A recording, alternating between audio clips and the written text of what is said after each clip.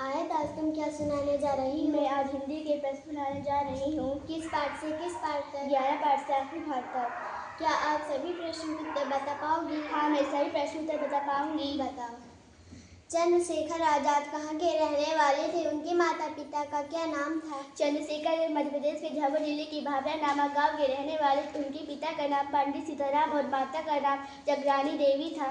राजाभाऊ महाकाल को बचपन में क्या क्या शौक थे? राजाभाऊ महाकाल को बचपन में व्यायाम करने, तैरने और घूमने के शौक थे। सुभद्रा जी का बचपन कब लौट आता है? सुभद्रा जी का बचपन अपनी पुत्री के भोले बचपन को देखकर लौट आता है।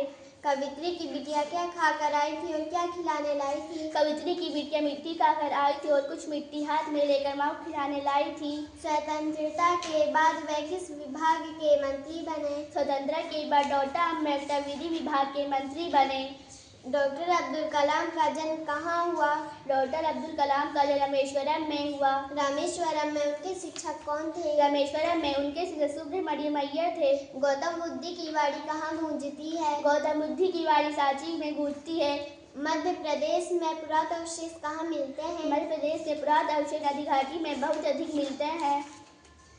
इस लेख में जिन लोगों का वर्णन किया गया है वे कहाँ के रहने वाले हैं? इस लेख में जिन लोगों का वर्णन किया गया है वे मध्य प्रदेश के छिंदवाड़ा जिले की पतालकोट के रहने वाले हैं। भारतीय सेना के तीनों अंगों के नाम बताइए। थल सेना, जल सेना, वायु सेना।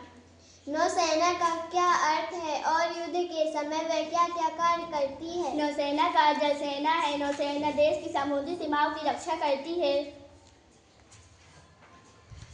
रामगढ़ की रानी कौन थी? रामगढ़ की रानी अवंतीबाई थी। किसानों के कानों में किसकी धुन गूंज रही थी? किसानों के कानों में भुवन की गई आल्हा की धुन गूंज रही थी। जापान की यात्रा कौन कर रहा था? जापान की यात्रा संत स्वामी रामतीर्थ जी कर रहे थे। हम अपने देश की तुलना दूसरे देशों से किस आधार पर करते हैं? हम अपने देश की तुलना दूसरे देशों से वहाँ के कार्यों के आधार पर करते हैं। उज्जैन का गोपाल मंदिर कहाँ स्थित है? उज्जैन का गोपाल मंदिर छाती चौक में स्थित है। संदीपनी कौन थे? संदीपनी श्री कृष्ण, सुदामा और बलराम के गुरु थे।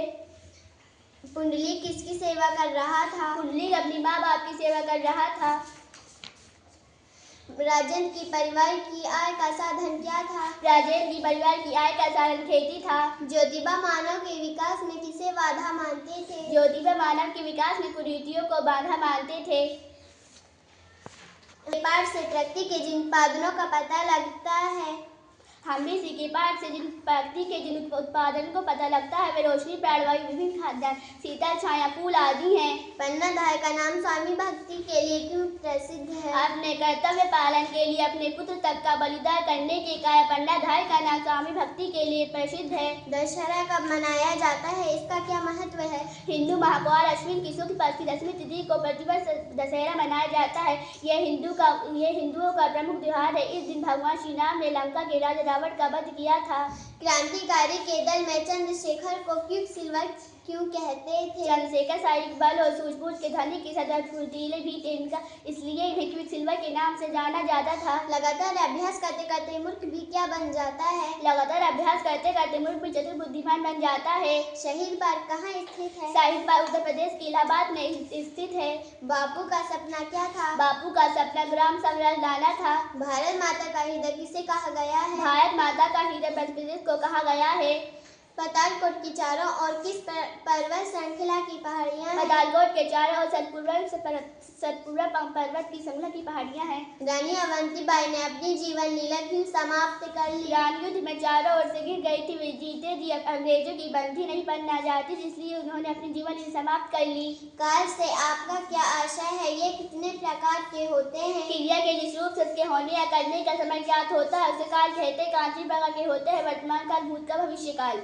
विशेषण शब्द क्यों प्रयोग किए जाते हैं? इस वाक्य में संज्ञा व सर्वनाम की विशेषता बताने के लिए विशेष शब्दों का प्रयोग किए जाते हैं। भारी जनजाति की विशेषताएं लिखिए। पूरे पतालकोट क्षेत्र में लगभग 1400 भारी जनजाति के लोग निवास करते हैं। मान्यता यह है कि पहले ये महालवाग थे। इनका मुख्य कार्य वनोपज एकत्रित कर समाप्ति बाजार में जाकर बेचते थे। आपके द्वारा किए गए किन किन कार्यों से हमारा देश गौरवान्वित होगा? हमारे द्वारा किए गए अच्छे कार्यों से और दूसरों के प्रति अच्छे व्यवहार से हमारा भारत देश गौरवान्वित होगा। शब्द युग्म से आप क्या समझते हैं, उदाहरण सहित लिखिए। जब कोई दो शब्द योजन के साथ जुड़कर साथ साथ आते हैं तो उन्हें शब्दयुग्म कहते हैं, जैसे तरह तरह, हरा भरा आदि। वाक्य कितने प्रकार के होते हैं, समझाइए। मुख्य रूप से वाक्य 3 प्रकार के होते हैं। साधारण या सरल। ज़ैबा पुस्तक पढ़ती है, दूध से मिश्री या मिश्री बात। हमारे शिक्षक ने कहा कि प्रत्येक बच्चे को हिंदी पढ़ते पढ़ना चाहिए। संयुक्त वजह से पिताजी और वह कुछ नहीं लाए।